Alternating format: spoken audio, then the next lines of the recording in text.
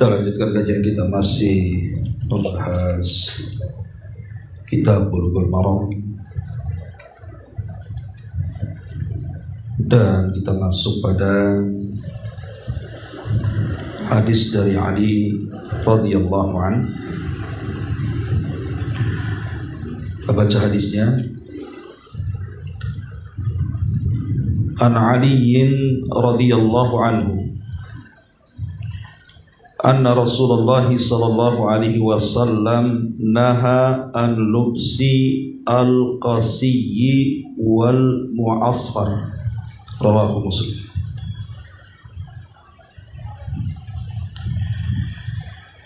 Dari Ali radhiyallahu an, Nabi sallallahu alaihi wasallam sangat melarang memakai pakaian al-qusi. Maksudnya pakaian yang terdapat sutranya. Wal mu'asfar, pakaian yang dicelup dengan mu'asfar, sejenis bahan dari usfur. Mu'asfar itu bukan warna kuning, tetapi dia semacam ceruban dari benda-benda tertentu yang disebut dengan usfur, dan warnanya lebih ke arah merah. Kemudian di sini juga dari Abdullah ibn Amr radhiyallahu anhu maqala, dia mengatakan, ra'a Aliyan Nabiyyu sallallahu alaihi wasallam thawbaini mu'asfaraini faqala ummuka amaratka bihada, rawahu Muslim.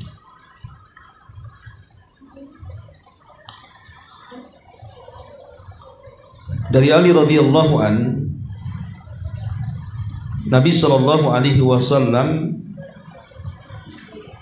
melihat beliau memakai dua pakaian yang dicelup dengan usfur.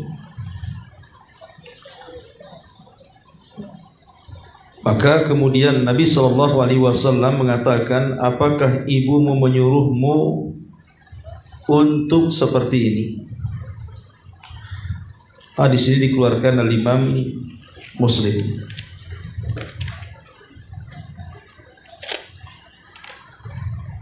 Baik, di sini hadis ini menjelaskan kepada kita tentang larangan seorang muslim menggunakan pakaian yang dicelup dengan usfur.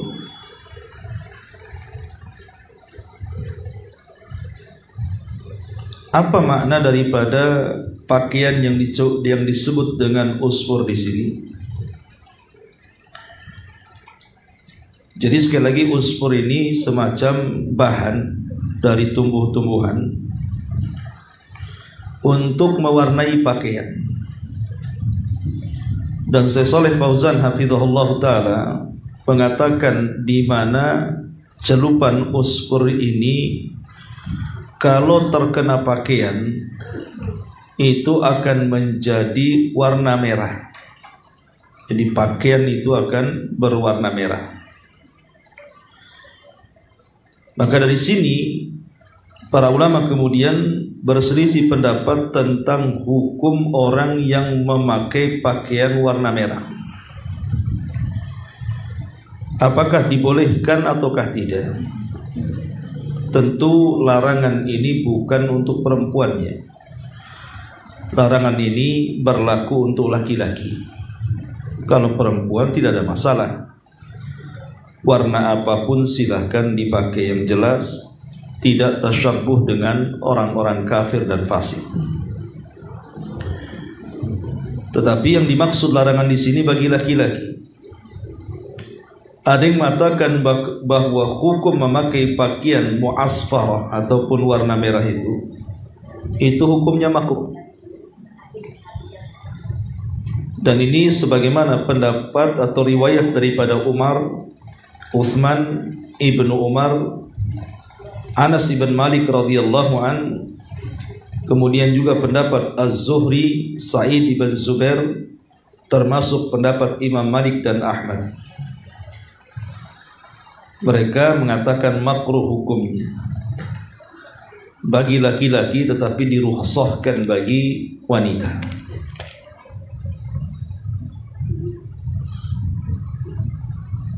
Ini pendapat yang pertama. Pendapat yang kedua,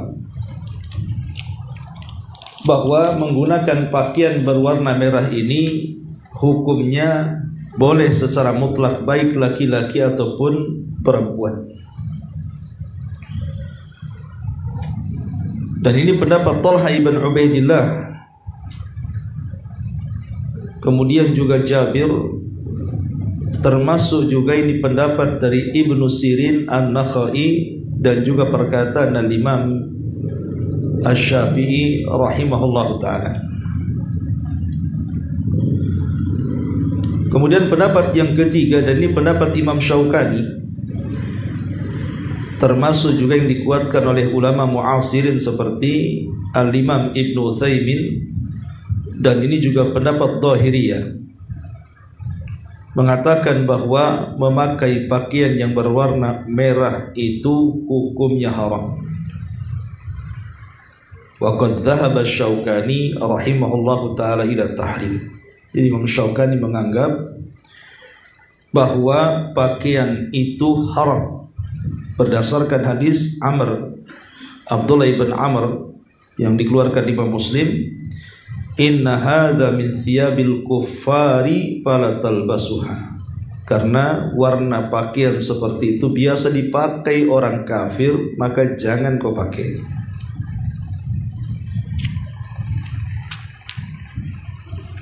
Tetapi masalahnya, warna merah yang seperti apa yang dilarang? Apakah semua warna merah pada pakaian itu dilarang, baik secara keseluruhan ataukah sebagian? Maka para ulama mengatakan bahwa yang dilarang itu adalah pakaian yang berwarna merah secara keseluruhan, tidak ada warna lain. Jadi tidak ada warna lain kecuali merah, seperti merah darah begitu. Maka tidak boleh digunakan untuk laki-laki.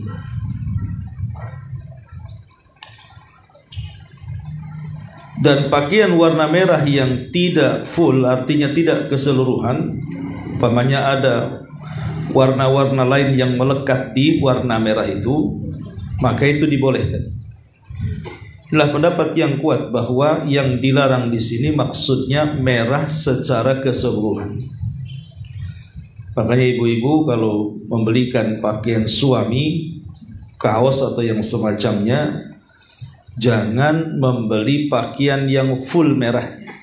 Tetapi kalaupun harus berwarna merah, maka harus ada warna lain yang melekat di warna itu.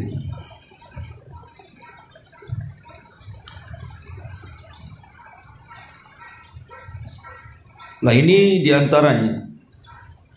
Tetapi sebagian para ulama mengatakan bahwa apakah menggunakan pakaian berwarna merah ini larangannya umum?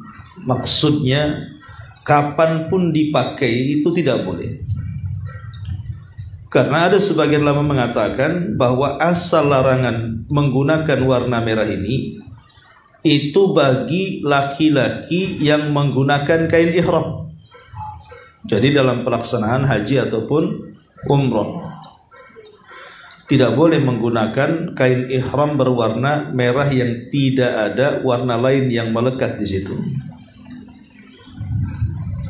Ada yang mengatakan bahwa ini khusus pada pakaian yang sedang ihram saja.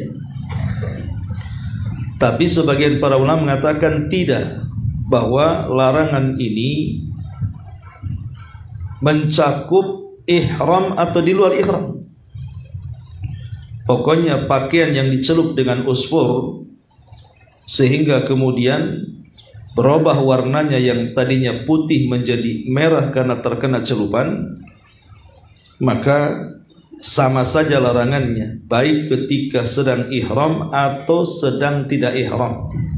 Karena Nabi SAW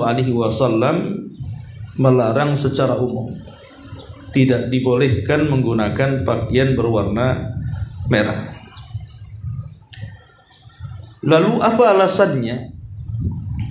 Kenapa kemudian Islam melarang menggunakan warna merah dalam pakaian, maksudnya merah pekat dan tidak ada warna lain yang melekat?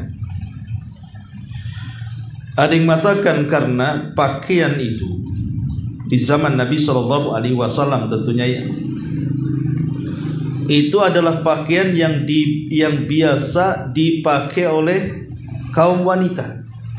Jadi kaum wanita di zaman itu mereka suka dengan warna merah. Jadi kalau ada laki-laki menggunakan warna merah, maka hilang kelaki-lakiannya karena tasyabbuh dengan wanita. Di zaman itu ya, di zaman Nabi SAW. Sehingga dari sini sebagian para ulama ada yang menguatkan bahwa hukum minimalnya memakai pakaian merah itu tidak sampai kepada haram, tetapi hanya makruh tanzih saja. Karena alasannya tadi tidak pantas, ketidakpantasan, karena warna itu biasa dipakai kaum wanita di zaman itu. Jadi kalau ada laki-laki menggunakan pakaian warna merah, kayaknya mencolok. Makanya wajar Nabi SAW ketika melihat Ali radhiyallahu anhu dalam hadis ini menggunakan dua pakaian yang dua-duanya warna merah. Apa kata Rasul? Apakah ibumu yang memakai itu? Memakaikannya. Apakah ibumu yang memakaikan seperti itu? Karena tidak biasa di zaman itu laki-laki menggunakan pakaian warna merah.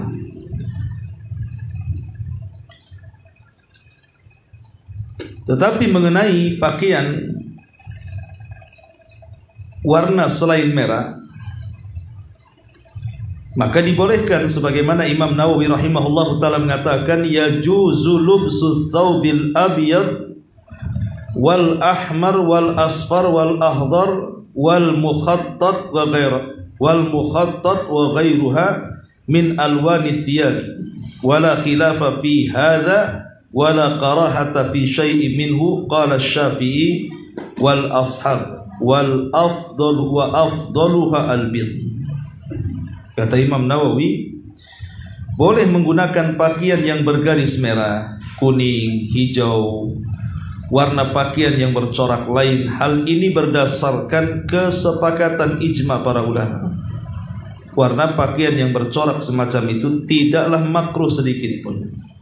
Inilah yang dikatakan Imam Asy-Syafi'i dan para pengikutnya. Namun warna yang paling afdol adalah warna putih. Itu yang paling dicintai Nabi sallallahu alaihi wa ala alihi wasallam.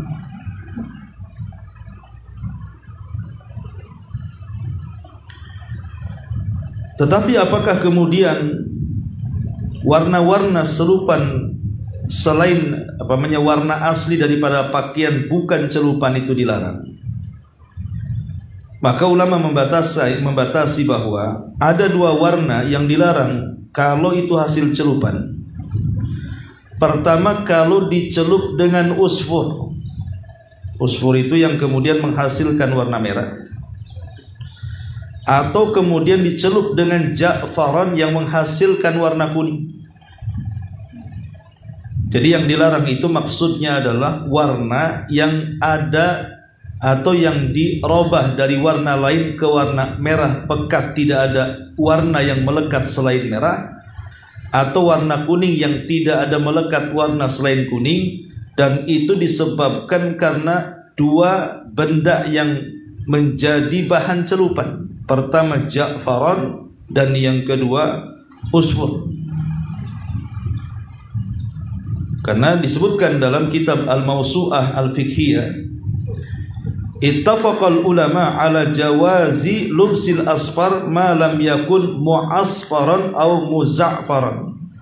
Para pakar fikih sepakat dibolehkannya memakai pakaian berwarna kuning asalkan bukan hasil celupan usfur atau za'faran.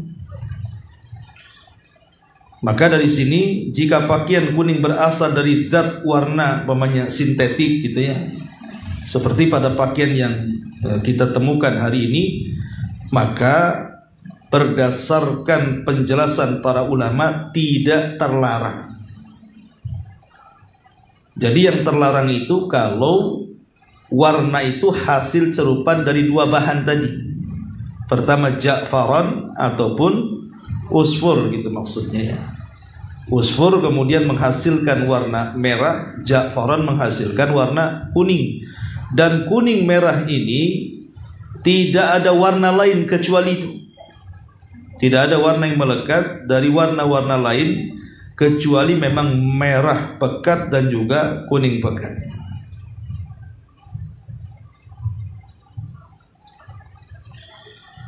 Ini diantara penjelasan hadis ini. Adapun kalimat al-qasi, kalimat kusi, Nabi SAW melarang menggunakan kalimat qasi. Maksudnya qasi di sini artinya pakaian yang terdapat kain sutranya, walaupun tidak secara utuh semua sutra, tetapi ada bagian sutranya tercampur dengan kain sutra di dalamnya, maka itu pun dilarang. Menurut hadis yang kita baca ini. Masalahnya sekarang ada hadis dari Bara bin Azib radhiyallahu an. Disebutkan kana Nabi sallallahu alaihi wasallam marbu'an wa qad ra'aitu fi khullati hamra ma ra'aitu syai'an ahsana minhu. Nabi sallallahu alaihi wasallam adalah seorang laki-laki yang berperawakan sedang, maksudnya tidak tinggi dan tidak pendek. Kemudian kata Bara, aku melihat beliau mengenakan pakaian hullah berwarna merah, dan saya tidak pernah melihat orang lebih bagus dibandingkan beliau. Dalam riwayat yang lain, kana Rasulullah sallallahu alaihi wasallam rajulan marbu'an ba'ida ma bainal mankibaini azimal jummati ila syahmati udhunaihi alaihi hullatu hamra ma ra'aitu syai'an qad ahsana minhu. Nabi SAW adalah berperawakan sedang, maksudnya tidak tinggi ya tidak pendek, pundaknya bidang, rambutnya lebat terurai ke bahu hingga sampai ke kedua kuping telinganya. Pada satu ketika beliau pernah mengenakan pakaian khullah berwarna merah. Tidak ada seorang pun yang lebih tampan dibandingkan Nabi sallallahu alaihi wasallam. Bahkan dalam riwayat Ibnu Abbas, Rasul pernah menggunakan pakaian warna merah itu untuk salat Id. Sebagaimana riwayat beliau, kana Nabi sallallahu alaihi wasallam yalbasu yaumal Idi burdata hamra. Rasul SAW pernah mengenakan burdah kain bergaris berwarna merah ketika melaksanakan salat Id. Jadi seolah-olah kemudian di satu sisi Nabi Shallallahu Alaihi Wasallam melarang tidak boleh menggunakan warna merah, tapi di sisi lain beliau menggunakan pakaian warna merah, kan begitu jadinya. Ada sebagian ulama yang menjelaskan, pertama,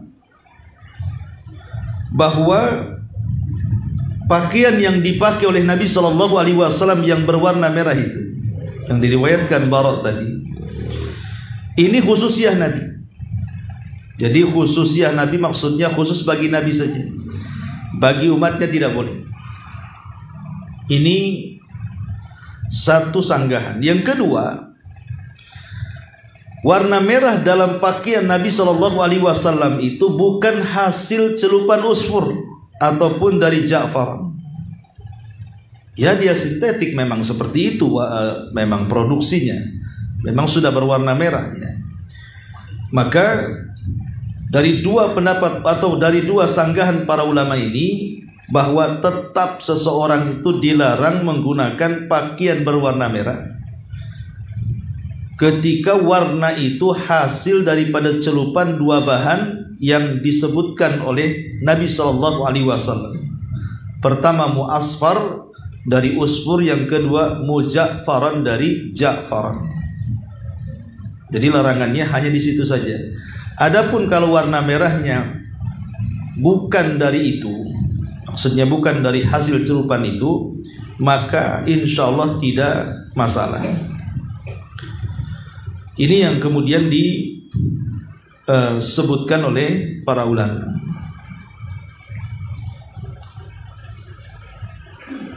Adapun larangan tegas tadi bukan hanya sekedar makruh oleh sebagian ulama kan, bahkan yang lain mengatakan haram karena memang tasyabuh dengan orang-orang kafir. Wallahu alam, ini diantara larangan orang yang menggunakan pakaian yang berwarna merah. Taib. Dan dari sini kita tahu bahwa Islam ini memiliki aturan yang sangat ketat sekali, sampai berpakaian saja Islam itu mengaturnya. Jadi tidak sembarang Islam itu memberikan pakaian kepada umatnya, tapi ada hal-hal yang dilarang, ada hal-hal yang dibolehkan. Tetapi tentu yang dibolehkan dalam Islam jauh lebih banyak dibandingkan yang diharamkan. Dan ini nikmat yang Allah anugerahkan kepada kita. Ya bani Adam, qad anzalna alaikum libasan yuwari sawatikum warisa wa libasut taqwa dzalika khairun dzalika min ayatillahi la'allahum yatadzakkarun. Wahai anak Adam, sungguh kami telah menurunkan kepadamu pakaian untuk menutupi auratmu, dan bulu sebagai pakaian perhiasan, akan tapi pakaian takwa itulah yang paling baik, dan yang demikian merupakan sebagian tanda kekuasaan Allah agar mereka selalu ingat. Ini diantara keterangan hadis yang pertama dan kedua.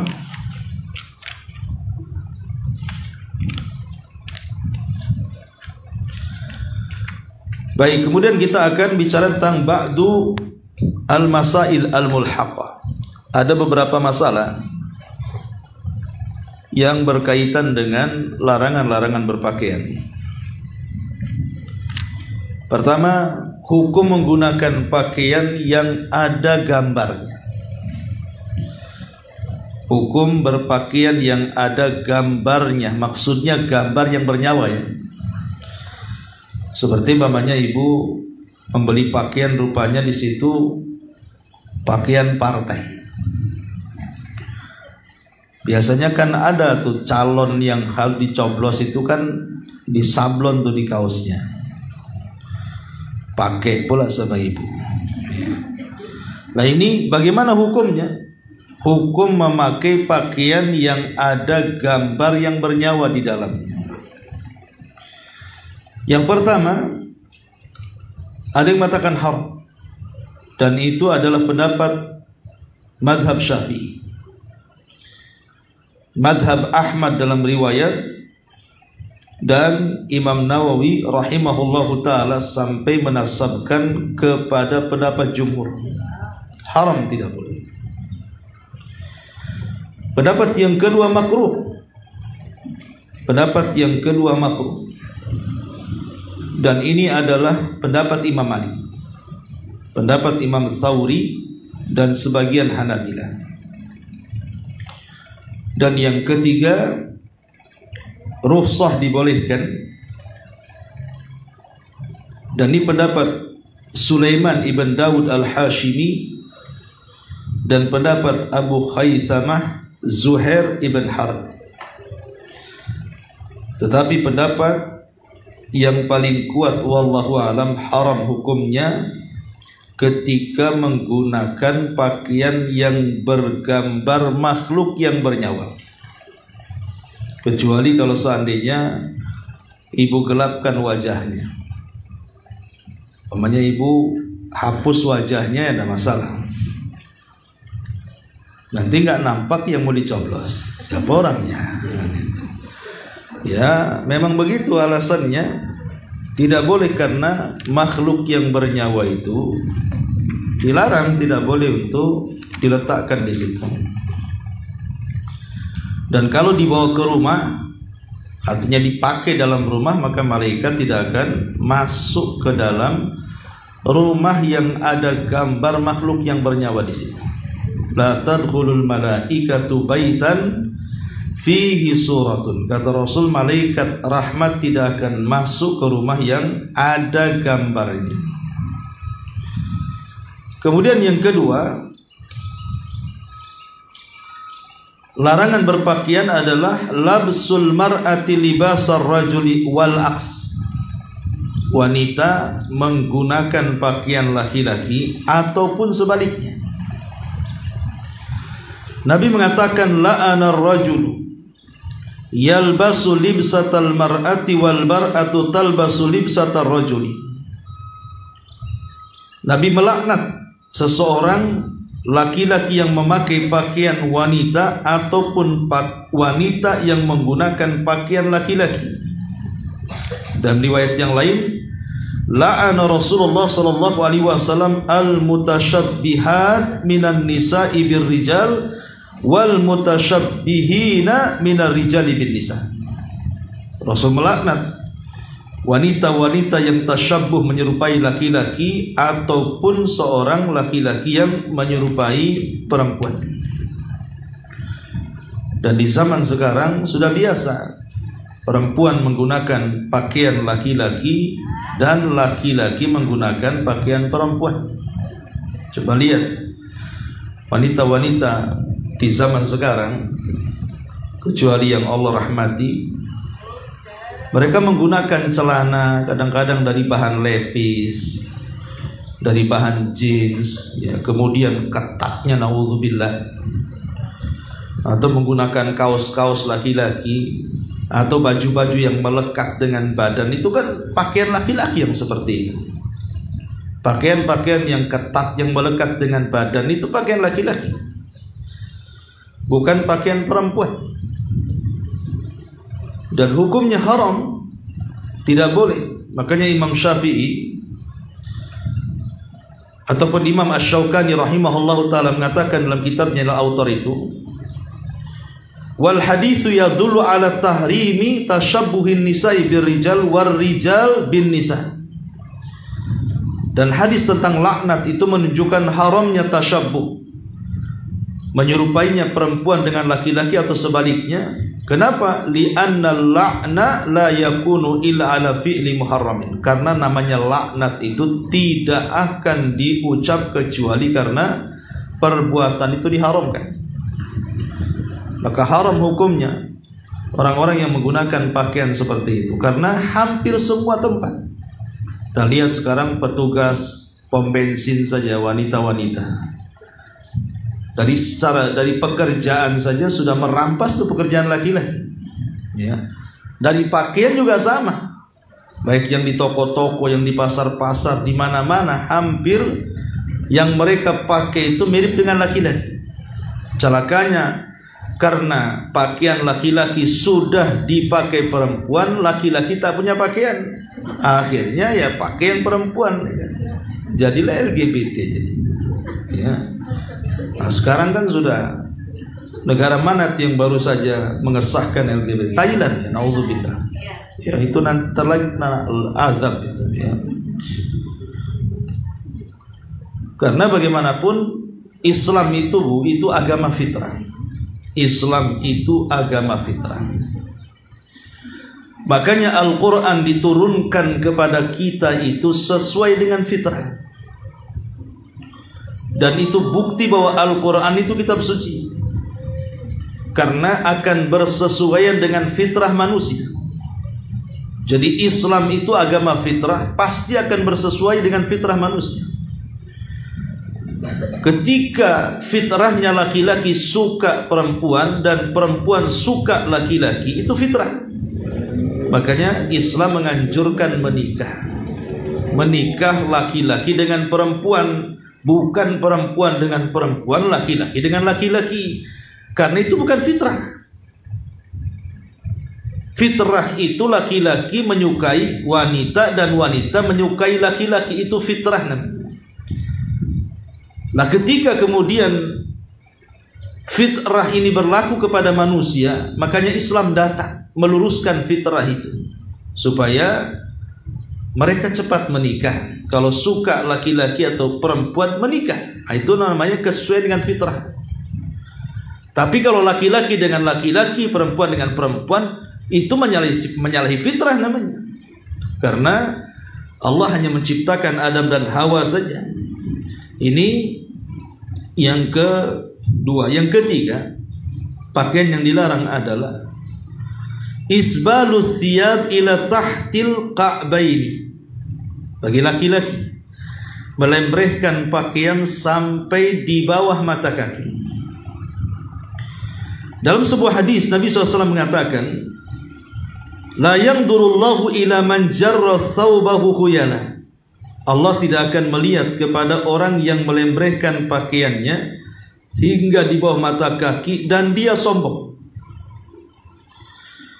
Kemudian juga hadis Muslim dari Abi Dzar, Rasul mengatakan, salasatun la yukallimuhumullahu wa la yanzuru ilaihim wa la yuzakkihim wa lahum adzabun alim, al-musbil wal mannanu wal munafiq sil'atahu bil halifil kadhib.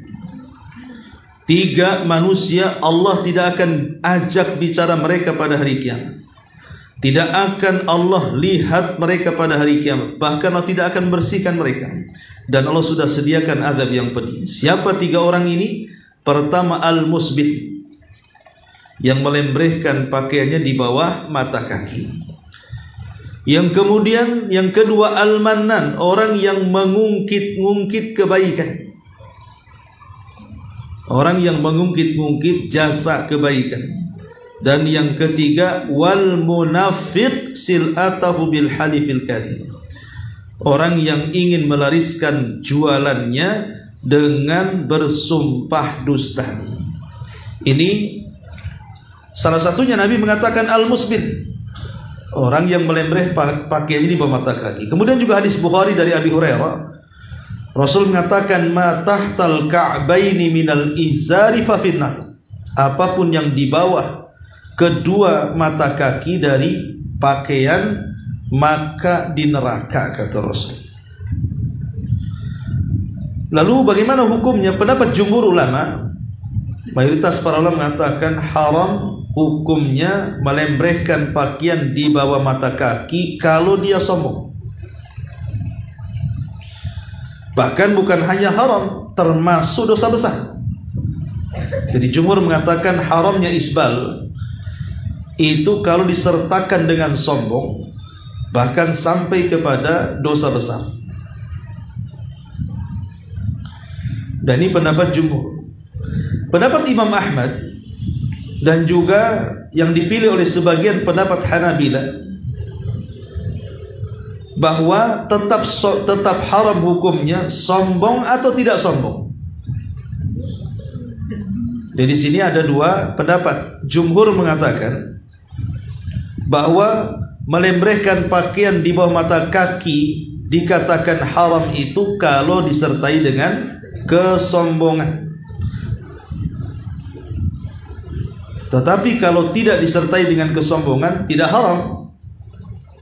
Tetapi pendapat Ahmad dalam satu riwayat, dan ini pula yang dipilih oleh Syekhul Islam Ibnu Taimiyah dalam kitabnya Iqtida' Shiratil Mustaqim, maka menggunakan pakaian di bawah mata kaki haram walaupun tidak disertai sombong.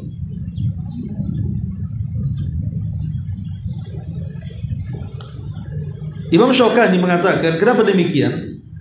Karena ada hadis Nabi SAW mengatakan, iyyaka wa isbal al-izar, fa innal isbal al-izari minal makhilati.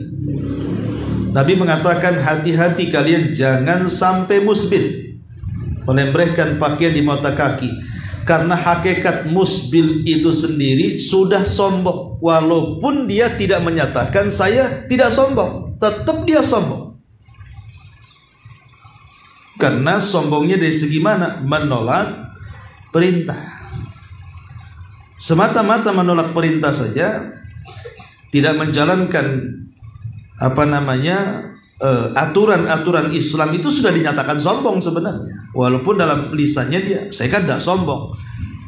Rasul sudah mengatakan bahwa inilah pakaian Rasul seperti ini. Makanya kemudian pendapat yang kedua itu haram walaupun tidak sombong, dan ini pendapat yang kuat, ya, tetap tidak dibolehkan. Makanya ada sebuah kisah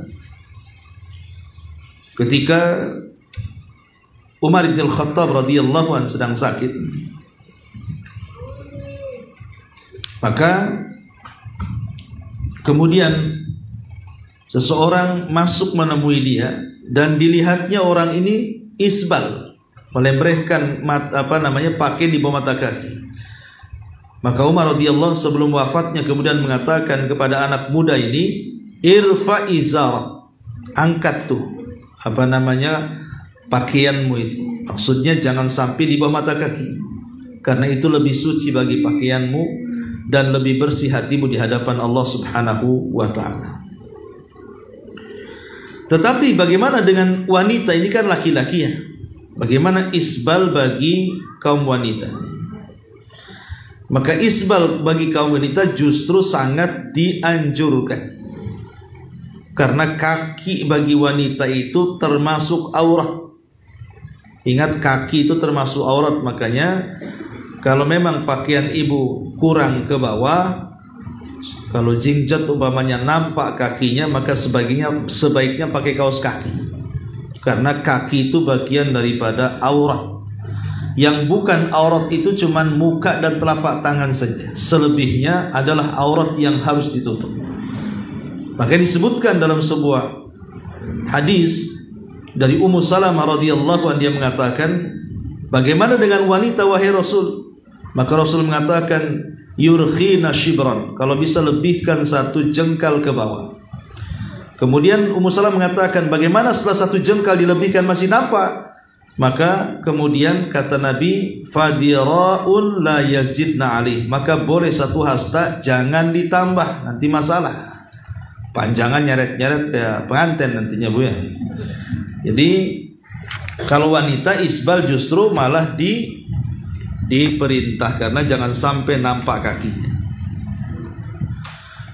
Ini juga diantara pakaian. Kemudian juga yang tidak boleh dalam pakaian itu adalah as-salatu fi thawbin istimalus somma. Istimalu as-somma. Apa istimalus somma di sini? Maksudnya istimalus somma itu memasukkan tangan ke dalam pakaian, memasukkan tangan ke dalam pakaian, gitu ya. Kayak orang buntung, tahu bukan? Nah, kan dimasukkan tangannya, pakaiannya di ini, supaya kalau dalam musim-musim dingin itu tidak dingin, gitu. Masukkan, gitu. Ketutup atau mungkin ditutup tangannya dengan jaket, nggak nampak jadi tangannya, ngikut ke dalam. Maka ini maksud larangan di sini bukan di waktu biasa, maksudnya bicara tentang sholat. Kalau di sini, ya sholat itu jangan seperti itu menggunakan pakaian, karena akan sulit untuk takbiratul ihram, untuk ruku kan sulit jadinya kan, kita jadinya ya kurang bebas bergerak. Nah itu maksudnya di situ larangannya. Termasuk juga melipat pakaian, kaftu thawbi wasya', termasuk juga melipat pakaian dan juga di sini mengikat rambut. Disebutkan dalam hadis Nabi SAW mengatakan, umirtu an asjuda ala sab'ati a'dhum.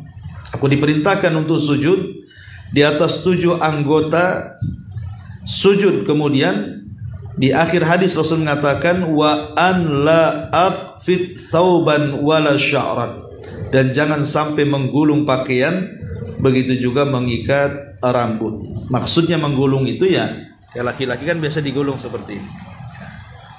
Jadi kalau waktu nggak sholat nggak masalah digulung, ya. Tapi kalau waktu sholat harus dilepas gulungannya, tidak boleh. Ya, itu juga termasuk larangan. Tetapi apakah sampai tingkat makruh? Maka Imam Malik, apakah sampai tingkat haram? Imam Malik mengatakan makruh kalau ketika dia sholat, baik sebelum sholat atau ketika sudah masuk sholat. Imam Malik mengatakan makruh. Tetapi Imam Bukhari mengatakan larangan itu dibawa ke dalam sholat. Kalau sebelum sholatnya tidak masalah. Kalau Imam Bukhari mengatakan wa dhahiruhu annal karahata innama hiya fi asna'is sholati, dan yang zahir bahwa hukum makruh itu dibawa ke tengah-tengah sholat, bukan sebelum sholat. Tetapi jumhurul ulama mengatakan bahwa makruh itu dalam kondisi dua, qabla sholati wa athna sholati, sebelum dan sesudah sholat. Dan ini pendapat Auza'i, Imam Laits, Ahmad, Abu Hanifah, Syafi'i dan selain mereka. Maka kasih tahu bapak-bapak, kalau tidak boleh. Yang suka ngelipat-ngelipat itu kan bapak-bapak, terutama celana yang isbal. Dia serba salah tuh. Satu sisi dia takut isbal, sisi lain masuk pada lipatan, ya kan? Kan ada orang itu yang menggulung celananya ketika sholat itu. Betul, dia terbebas dari isbal dalam sholat kan, tapi masuk pada melipat pakaian dalam sholat. Nah, itu namanya keluar dari mulut buaya masuk mulut harimau gitu maksudnya. Terbebas dari larangan ini masuk larangan lain gitu maksudnya. Maka sebaiknya dipotong, itu paling enak. Paling enak itu ya pakai dipotong lah celananya, ya, di atas mata kaki. Itu lebih selamat. Selamat kita tidak isbal, dan selamat juga kita tidak sampai kemudian melipat pakaian yang sebagian para ulama mengatakan makruh baik sebelum ataupun di tengah-tengah sholat. Ini diantara pakaian-pakaian yang dilarang, yang masalah-masalah yang dimasukkan dalam bab ini. Kemudian hadis yang terakhir dalam bab pakaian ini, hadis daripada Asma binti Abi Bakar radhiyallahu an. An Asma binti Abi Bakr radhiyallahu anhuma annaha akhrajat jubbata Rasulillah sallallahu alaihi wasallam makfufatal jaybi wal kummaini wal farjaini biddibaji, rawahu Abu Dawud. Dari Asma bintu Abi Bakar radhiyallahu anha, dia mengeluarkan jubah Rasulullah sallallahu alaihi wasallam yang saku, kemudian 2 lengan dan 2 belahannya bersulam sutra. Kemudian kata pengarang wa asluhu fi Muslim, tetapi asal daripada riwayat ini terdapat dalam Sahih Muslim. Wazada, dan ada tambahan, kanat inda Aisyata hatta qubidat faqabattuha wa kana an-nabiy sallallahu alaihi wasallam yalbasuha fa nahnu naghsiluha lil marda nastashfi biha. Kemudian ada tambahan riwayat, jubah itu disimpan di tempat Aisyah hingga dia wafat. Lalu kata Asma, aku mengambilnya. Nabi SAW biasa mengenakannya, dan kami mencuci pakaian atau jubah itu untuk mengobati orang sakit. Wazad al-Bukhari, dan Imam Bukhari menambahkan fi Adabil Mufrad, dalam kitabnya Adabil Mufrad, wa kana yalbasuha lil wafdi wal jum'ati, Beliau biasa mengenakan jubah itu untuk menemui utusan atau untuk melaksanakan sholat Jumat.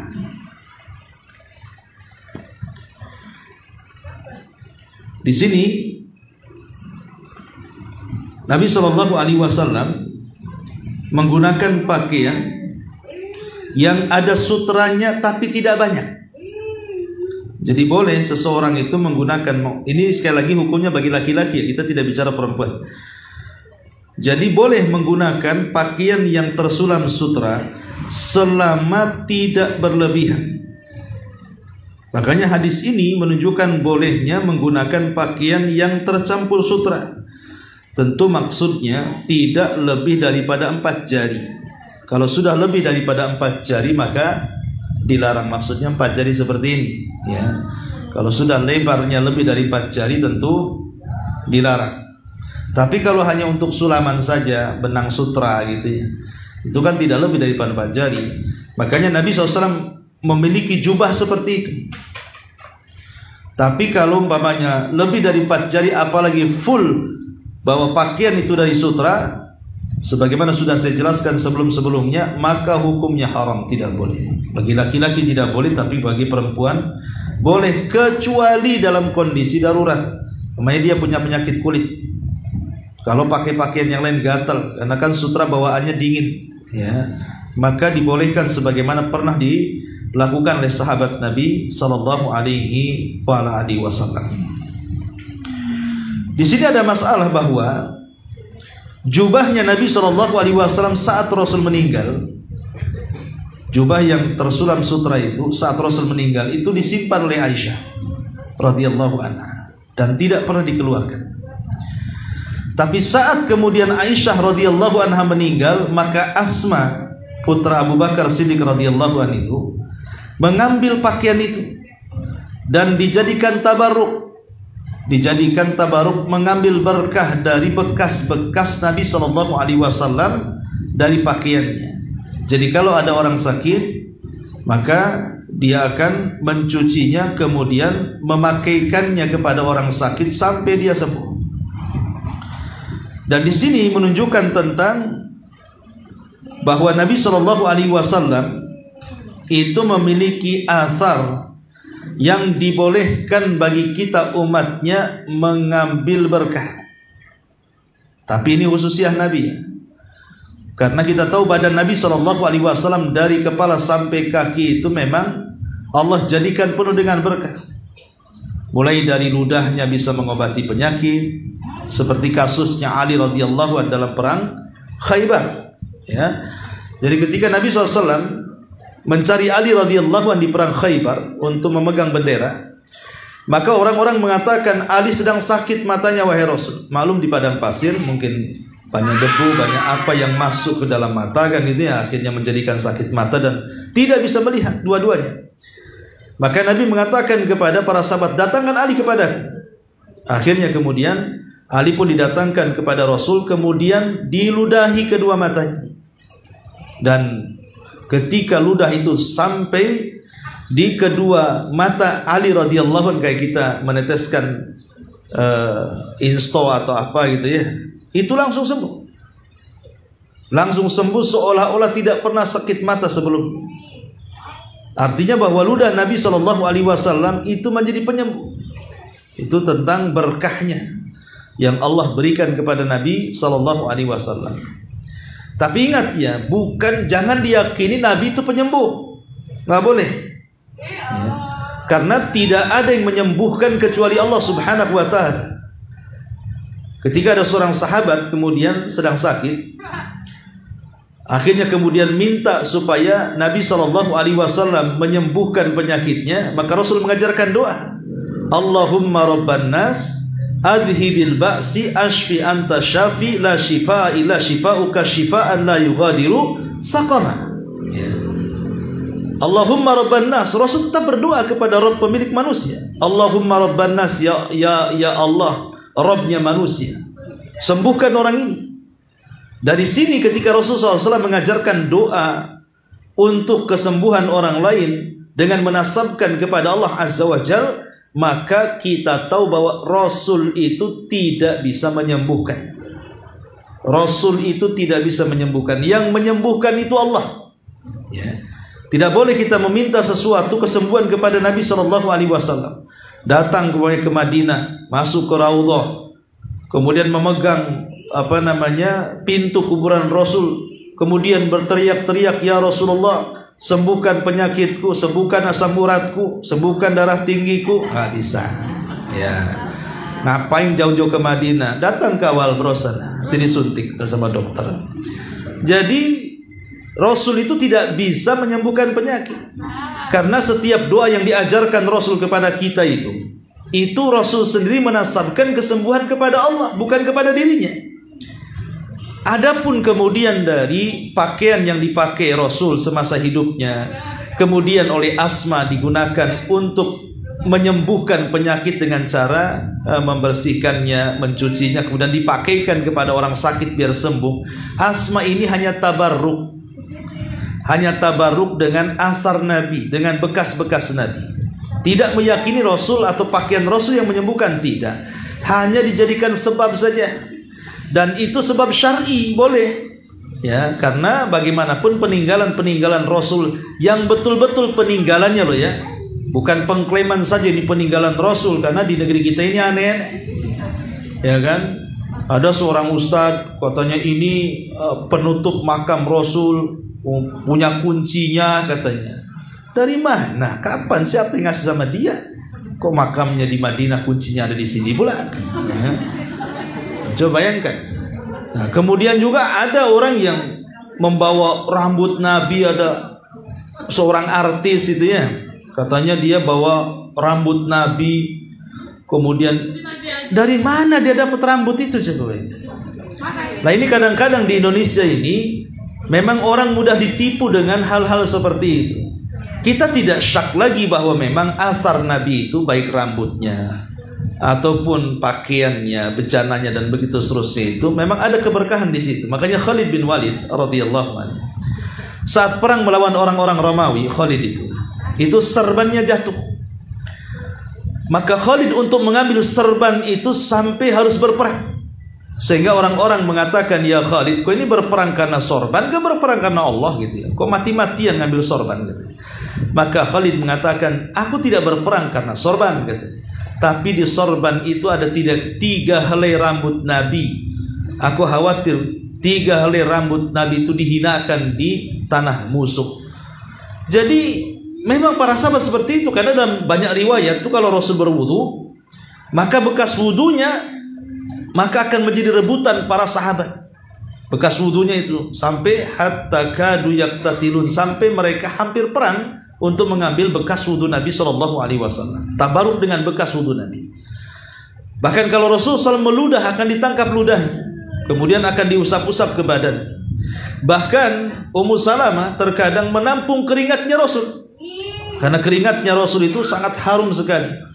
Ya memang dalam jasad Rasul itu ada keberkahan. Tapi sekali lagi bahwa jangan diyakini Rasul itu membawa kesembuhan. Itu hanya sebab saja mengambil berkah. Tidak lebih daripada itu, karena memang Allah sudah menetapkan berkah. Yang Allah tetapkan ada berkahnya, kita katakan ada berkahnya. Tapi kalau Allah tidak menentukan ada berkahnya, jangan tabaruk di situ. Pamannya di kuburan-kuburan wali-wali, datang ke kuburan wali-wali, kemudian mencari berkah di situ. Allah tidak pernah menurunkan berkah di situ. Atau kepada ulama-ulama atau tokoh-tokoh atau habib-habib tertentu yang mengklaim dia punya berkah gitu ya. Nah, ini kan sampai ada orang yang mengatakan itu tisunya seorang habib itu lebih mahal dibandingkan harga mobil mewah itu katanya. Jadi bekas lap keringat tisunya tuh. Jadi kalau seorang habib habis ngelapin keringatnya gitu, itu harganya itu melebihi mobil mewah itu tisunya itu, karena ada keringatnya di situ. Nah, ini gimana ceritanya kok bisa keringat habib pula kan itu? Ya ini bukan oknum ya kan. Tapi yang jelas bahwa tidak ada keringat selain Nabi SAW itu memiliki keberkahan. Walaupun Anda mengaku cucunya Nabi sekalipun. Ya, karena Nabi saja yang punya, Rasul tidak pernah mengatakan kepada cucunya. Itu pun kalau benar kan gitu. Dia keturunan Nabi SAW. Kalau umpamanya tidak benar, setelah tes DNA rupanya ke Rusia semua kan itu. Nggak ada yang ke Arab. Nah ini kan modal hidung mancung saja kan repot jadinya. Jadi hal-hal yang seperti ini harus dipahami bahwa hadis ini menunjukkan bahwa Asma binti Abi Bakar tidak meyakini Rasul itu penyembuh. Sekali lagi ya, dia hanya mengambil baju itu untuk mengambil berkah saja, mengobati orang sakit. Itu maksudnya di sini. Wallahu alam. Ini diantara bab yang terakhir, hadis yang terakhir dalam bab Kitabul Libas. Dan tentunya kita nanti masuk pada bab baru yang bicara tentang jenazah kalau tidak salah ya. Kitabu Al-Janazah. Baik, sampai di sini. Sebelum saya tutup kita buka tanya jawab, silakan.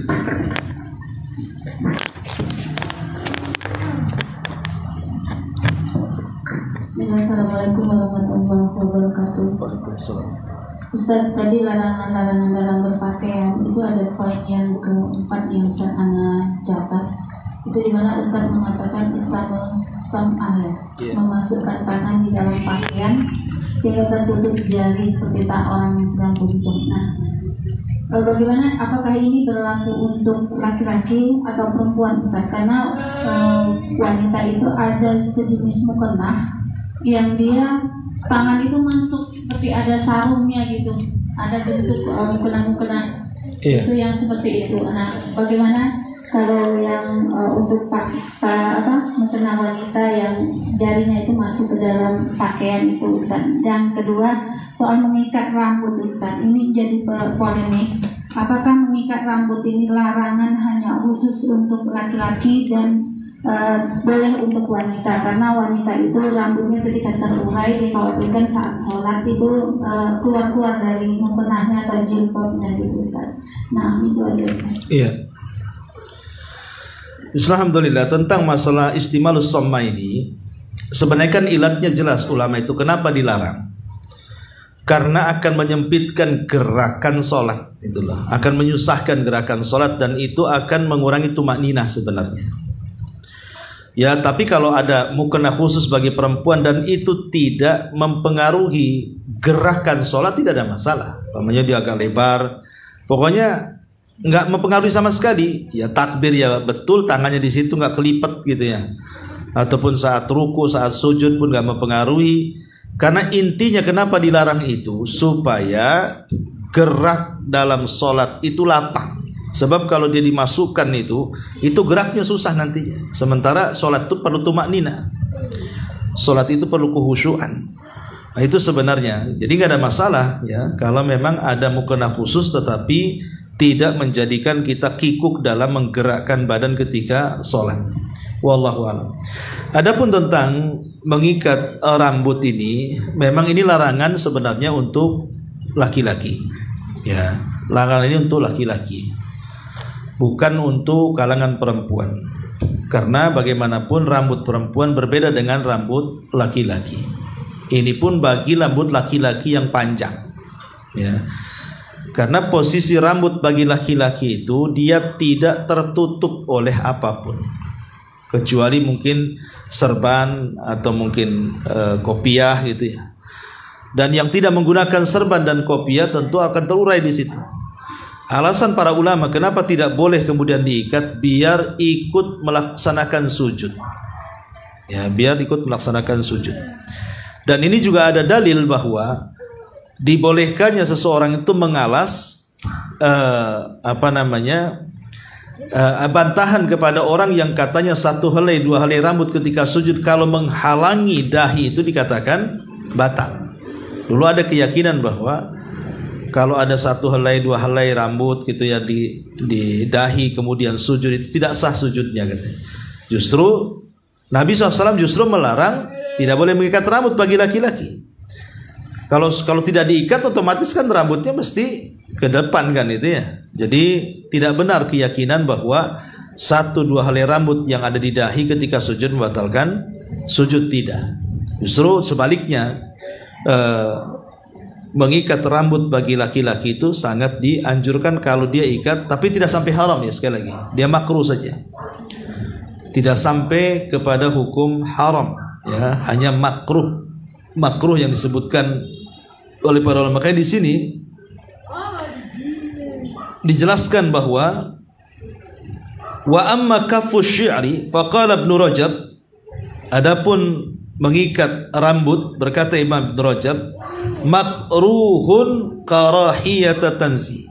Dia makruh hanya sekedar tanzihi saja, maknanya tidak sampai kepada haram ya.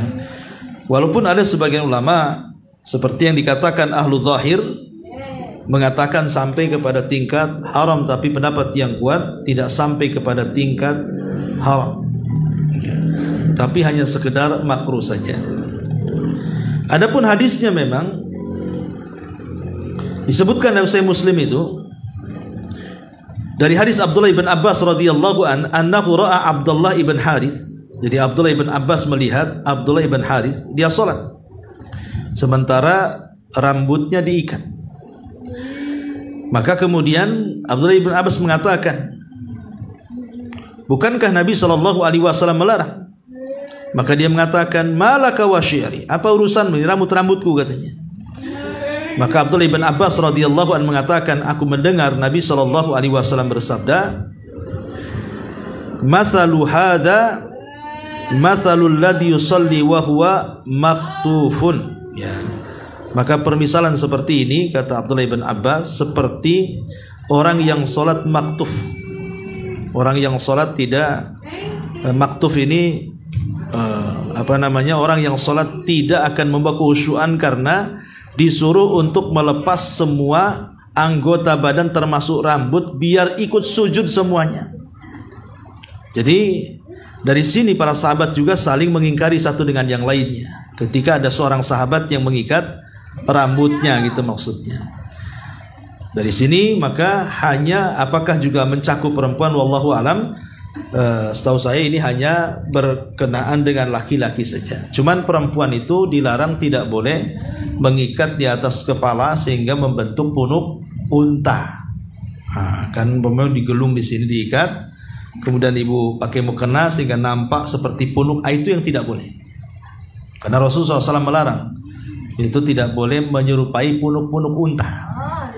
Ya, kalau ngikatnya biasa saja di sini, tidak nampak tonjolannya di sini, ya tidak ada masalah insyaallah. Wallahu a'lam. Apa misal satu lagi yang bacakan tentang melipat pakaian ini, Ustaz. Beliau ini menanyakan kalau laki-laki yang sering kita lihat melipat pakaian itu kan dilarang dalam Islam. Nah, bagaimana, apakah larangan ini sampai membatalkan sholatnya atau tidak, Ustaz? Tidak membatalkan sholat. Larangan-larangan ini tidak membatalkan sholat karena hukumnya berselisih ulama, ada yang mengatakan haram, ada yang mengatakan makruh, dan itu tidak membatalkan sholat. Tetapi walaupun tidak membatalkan sholat, tapi karena dia masuk dalam larangan sehingga bisa mengurangi kesempurnaan, otomatis mengurangi pahala juga karena dia masuk pada perkara-perkara yang dilarang. Ya, wallahu a'lam. Ustaz, itu ada 3 buah hadiah, Ustaz, yang dibagikan Ustaz dengan berikut. Oh ya, lupa. Taib, ini ada pertanyaan dengan hadiah hadis Arba'in Nawawi. Pertama, tadi di awal dijelaskan ada warna dalam pakaian yang dilarang. Warna apa, kemudian apa alasannya? Silakan. Yaitu usfur dan zafaron. Itu bahannya? Iya, bahannya yaitu warna merah, Ustaz. Alasannya sama seperti wanita. Tasyabuh dengan wanita. Ahsan. Baik. Pertanyaan yang kedua, apa yang sudah kita bahas tadi tentang ada beberapa pakaian yang dilarang, tidak boleh dipakai oleh laki-laki ataupun perempuan. Sebutkan 3 saja larangan berpakaian yang tidak dibolehkan dipakai. Pakaian apa saja? 3 saja.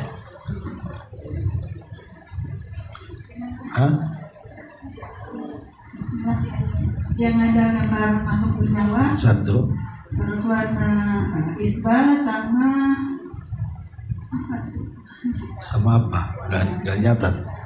Laki-laki yang menyerupai perempuan. Ahsan, Masya Allah. Dapat anjuran dan keutamaan dagang. Kemudian pertanyaan yang terakhir tentang Asma binti Abi Bakar. Ketika dia mengambil pakaian Nabi dari rumah Aisyah yang sudah meninggal, kemudian dijadikan tabarruk, dijadikan berkah. Ya. Pertanyaannya, boleh tidak seseorang mengambil berkah dari pakaian Nabi, dan apa alasannya?